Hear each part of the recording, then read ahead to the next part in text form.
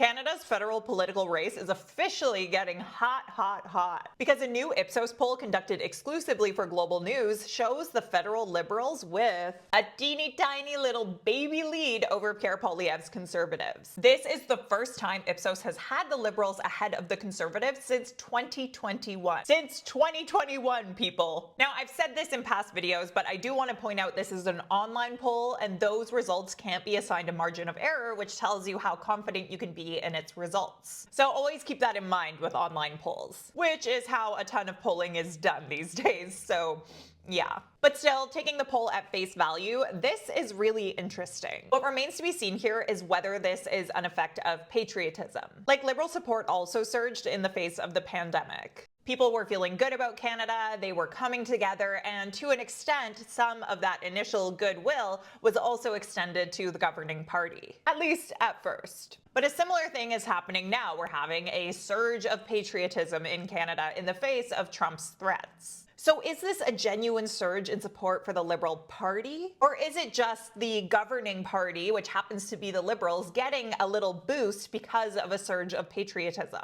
Well, that's not the only factor here. There's also the fact that Trudeau announced his intention to resign at the beginning of this year. This also brought a boon to the Liberals because the Prime Minister had become such a political boogeyman over the years. Add to that the fact that people are watching the party with renewed interest because of an ongoing Liberal leadership race, and you've got a lot of variables at play that all contribute to a boost in Liberal support. But that also brings us to another question. Where is this support bleeding from?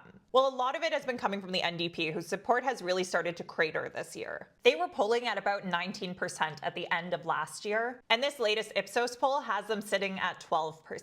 But some of this Liberal uptick has come from the Conservatives too. This CBC poll tracker doesn't seem to include the most recent Ipsos poll as of yet, but you can see a bit of a trend going on here. According to this poll tracker, their support peaked at about 44%. But these latest numbers from Ipsos show them dropping down to 36%. So we'll see if other pollsters, as their numbers roll in, replicate this finding or not. Now, as I already mentioned, what really remains to be seen here is how many of the factors that have contributed to this jump in Liberal support have actual staying power long-term into an actual election campaign and eventually election day. Like the Liberal leadership race factor, that likely doesn't have staying power, but this surge of patriotism could. We just don't know. But there is one other bit of polling data that gives us a little bit more information on that front. Not a ton, but a little bit more. It seems like Mark Carney specifically gives the Liberals a bit of an edge against Poilievre. So that speaks to the idea that there is real genuine support for Carney as an individual, as opposed to,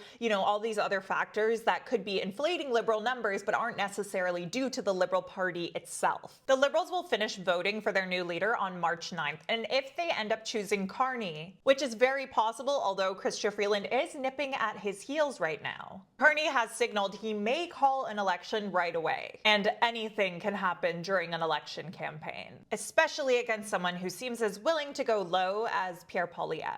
So we'll see if the next Liberal leader, whoever that ends up being, has the juice to stick up to that. What do you think of all this?